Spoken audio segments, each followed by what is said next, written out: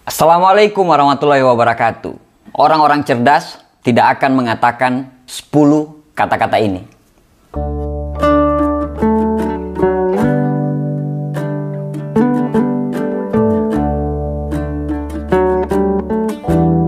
Orang-orang cerdas itu tahu kalau bahasa itu penting. Bahkan ada peribahasa mengatakan, kata-kata itu bisa lebih menyakitkan daripada sebilah pedang. Itu betul sekali. Orang-orang cerdas itu selalu berpikir dulu baru berbicara, bukan berbicara dulu baru berpikir. Karena memang kata-kata ini itu lahir dari pemikiran. Pemikiran dulu itu akhirnya melahirkan kata-kata. Kata-kata melahirkan tindakan, tindakan melahirkan kebiasaan, kebiasaan melahirkan karakter, dan karakterlah yang akan menentukan nasib kita bisa kemana, bisa baik atau bisa buruk. Nah, bahasa ini bisa menentukan arah perspektif cara berpikir kita sebenarnya. Pada saat kita mampu mengendalikan kata-kata kita, pada saat yang tepat, pada timing yang tepat, insya Allah kita akan disukai orang. Waktu saya baca materi ini, saya berpikir ternyata saya bukan orang cerdas juga. Ternyata ada beberapa kata-kata yang saya sering ucapkan ke orang lain. Nah, melalui video ini saya ingin belajar sekali bagaimana jadi seorang pemimpin, bagaimana jadi seorang yang cerdas, bagaimana orang yang disukai dan dikagumi tanpa harus ditakuti. Jadi, materi kali ini bukan cuma untuk Anda, tapi materi kali ini juga untuk saya, biar kita sama-sama belajar. Yang pertama, kata-kata yang orang-orang cerdas ini tidak pernah pakai adalah, ini bukan salah saya. Nah, memang pada saat kita terjadi masalah, apalagi dalam grup, apalagi dalam tim gitu ya, menyalahkan orang lain itu adalah hal yang paling gampang. Orang-orang cerdas itu tidak pernah memakai kata-kata itu. Karena dia tahu apapun konsekuensinya, pada saat keputusan itu sudah dijalankan, keputusan itu menjadi tanggung jawab bersama. Jadi dia sangat pantang untuk menyalahkan orang lain. Orang-orang cerdas ini cenderung dia bertanggung jawab terhadap apa yang sudah dijalankan. Jadi kalau memang dalam satu grup atau dalam suatu tim itu terjadi sebuah kesalahan, ya dia tidak akan pernah menyalahkan orang lain dengan berkata, ini bukan salah saya. Kalau sudah terjadi kesalahan, berarti itu kesalahan bersama. Walaupun pada saat mengambil keputusan itu dia sudah tahu ini akan terjadi kesalahan, tapi karena itu sudah menjadi keputusan bersama, ya kita harus konsekuen kalau itu kesalahan kita bersama. Kalau kita cenderung menyalahkan orang lain dengan berkata, ini bukan salah saya. Nanti, suatu saat, suatu waktu, apabila ada pekerjaan lain, orang-orang akan menghindari bekerja sama dengan kita. Atau, orang-orang sebelum kita menyalahkan mereka, mereka akan menyalahkan kita duluan atas sebuah kondisi yang tidak beres. Kalau kita mau bertumbuh ke arah yang lebih baik, kita harus menghindari banget menggunakan kata-kata, ini bukan salah saya. Nomor 2, ini kurang bagus, harusnya lebih sempurna. Nah, dalam sebuah pekerjaan, apalagi di awal-awal, tidak ada yang sempurna. Kalau kita sibuk mencari kesempurnaan, kita tidak akan mendapatkan kesempurnaan. Mengharapkan kesempurnaan, sama saja mengarahkan diri kita untuk menuju kegagalan. Karena memang tidak ada yang sempurna. Orang-orang cerdas ini cenderung tidak mencari kesempurnaan, tapi dia akan selalu melakukan yang terbaik. Pada saat dia coba lagi, dia belajar dari kegagalan untuk menjadi yang terbaik dari yang kemarin. Bukan untuk mengharapkan kesempurnaan. Jadi jika Anda terus mencari kesempurnaan dalam pekerjaan, ya siap-siap aja Anda akan kehilangan yang terbaik. Kata yang ketiga yang dihindari oleh orang-orang cerdas adalah, ini di luar pekerjaan saya. Pada saat dia mendapatkan tugas dari bosnya, dari manajernya, sesuai dengan deskripsi itu, otomatis akan ada penilaian-penilaian yang dilakukan oleh manajer kita, dilakukan oleh bos kita gitu. Apabila kita cuma menjalankan job deskripsi kita saja, berarti sama saja kita hanya bekerja untuk mendapatkan gaji dan untuk mendapatkan keamanan kerja. Orang-orang cerdas ini umumnya dia selalu mendiskusikan dulu. Apabila dia melihat pekerjaan dia itu di luar job description dia, justru dia mendiskusikan dulu ke atasan dia, ke manajer dia, daripada kita harus langsung menolak mentah-mentah. Siapa tahu kalau Anda menjalankan itu, mungkin jabatan Anda bisa naik atau Anda akan mendapatkan penilaian plus dari bos Anda. Kita tidak tahu. Dengan melakukan diskusi tadi, akhirnya kita mendapatkan pemahaman jangka panjang kenapa itu harus dilakukan. Kalau kita langsung menolak, kan kita tidak tahu tujuannya. Jadi orang-orang cerdas ini sangat tahu sekali. Dia tidak akan menggunakan kata-kata ini di luar job description saya. Kalau itu tidak pantas, dia bisa menolak secara halus daripada langsung menolak mentah-mentah. Yang keempat, kata-kata yang dihindari oleh orang-orang cerdas ini adalah It's not fair. Ini tidak adil. Orang-orang cerdas sangat menghindari ini. Karena mereka tahu kalau mereka memakai kata-kata tidak adil ini, itu sama saja kayak kekanak-kanakan gitu. Anak-anak kecil, kalau dia mendapatkan perlakuan yang tidak adil, dia akan langsung berontak gitu. Ini tidak adil, ini tidak adil. Jadi kalau kita menggunakan kata-kata itu, sama saja kita kayak kekanak-kanakan gitu. Kita kelihatan tidak dewasa dan begitu naif kalau kita selalu menggunakan kata-kata itu. Jadi kalau Anda merasa keputusan itu tidak adil dan memang benar-benar tidak adil, Anda bisa menggunakan kata-kata yang lain daripada hanya it's not fair, ini tidak adil. Mungkin dengan kata-kata yang seperti ini, Anda tanyakan sama bos Anda bilang, kenapa kok saya tidak mendapatkan itu? Apa yang harus saya lakukan supaya bisa mendapatkan itu, supaya saya bisa meningkatkan kinerja saya lebih baik lagi, supaya bisa mendapatkan hal itu. Orang-orang cerdas selalu menggunakan kata-kata itu. Nomor 5, orang-orang cerdas tidak pernah menggunakan kata-kata, saya itu lebih pintar daripada Anda.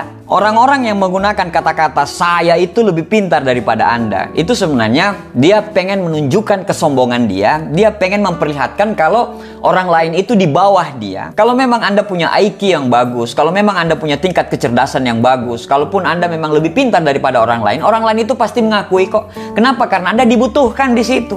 Tapi kalau itu keluar dari kata-kata Anda, saya itu lebih pintar daripada Anda, itu hanya sebuah pengakuan yang sombong dan Anda pengen diakui, padahal tidak diakui. Berhentilah untuk bicara, saya itu lebih pintar daripada Anda.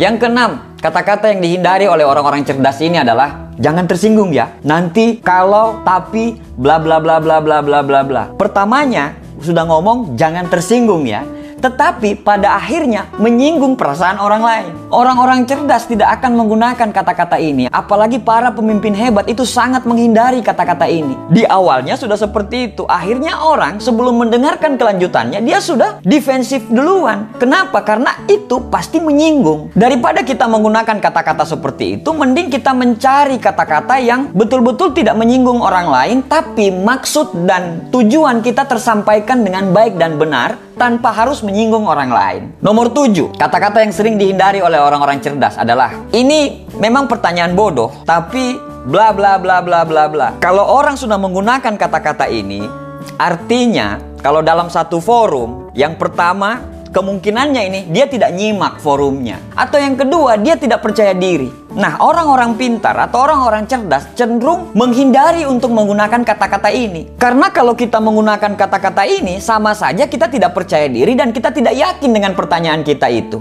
Nah, persoalannya adalah kalau kita sendiri tidak yakin atas pertanyaan itu, bagaimana kita bisa meyakinkan orang lain? Tidak perlu menggunakan kata-kata, ini mungkin pertanyaan bodoh. Tidak perlu. Karena orang-orang cerdas sangat menghindari pertanyaan-pertanyaan seperti itu. Yang kedelapan, orang-orang cerdas sangat menghindari untuk mengatakan, saya tidak bisa melakukannya. Mungkin Anda kewalahan dengan tugas-tugas yang diberikan kepada Anda. Mungkin dalam hati Anda sudah bilang, aduh, saya tidak bisa melakukan ini, saya tidak bisa melakukan ini. Kalau Henry Ford mengatakan, apabila Anda sudah memikirkan kalau Anda tidak bisa melakukan itu, berarti Anda tidak akan pernah bisa melakukan itu. Kalau Anda berpikir bisa, insya Allah pasti bisa. Kalau Anda berpikir nanti akan ada jalan keluar, insya Allah akan ada jalan keluar. Tapi kalau Anda sudah memblok pikiran Anda dan dengan kata-kata saya tidak bisa melakukan itu, maka sampai kapanpun, dengan jalan seperti apapun, Anda sudah tidak bisa melakukan itu. Misalnya Anda lagi berkompetisi. Dari awal, Anda sudah bilang, saya bakal kalah, maka Anda tidak bakal menang. Tapi kalau dari awal Anda bilang, saya akan melakukan yang terbaik, saya akan menjadi nomor 1. Dan Anda akan mengeluarkan tenaga dalam Anda untuk menjadi nomor 1. Walaupun pada akhirnya Anda tidak jadi nomor 1, tapi Anda sudah memenangkan pikiran Anda untuk menjadi orang nomor 1. Yang kesembilan, orang-orang cerdas ini menghindari kata-kata, serahkan sama saya. Ini hanya butuh waktu semenit, saya bisa melakukan itu. Ada sebuah kejadian, handphone saya rusak, terus saya bawa ke tukang servis. Tukang servisnya bilang, alah ini masalah gampang nih, tunggu aja 5 menit, saya bisa selesaikan ini. Dalam hati, ekspektasi saya sama dia tinggi dong. Pinter banget nih orang ini, cerdas banget nih orang ini.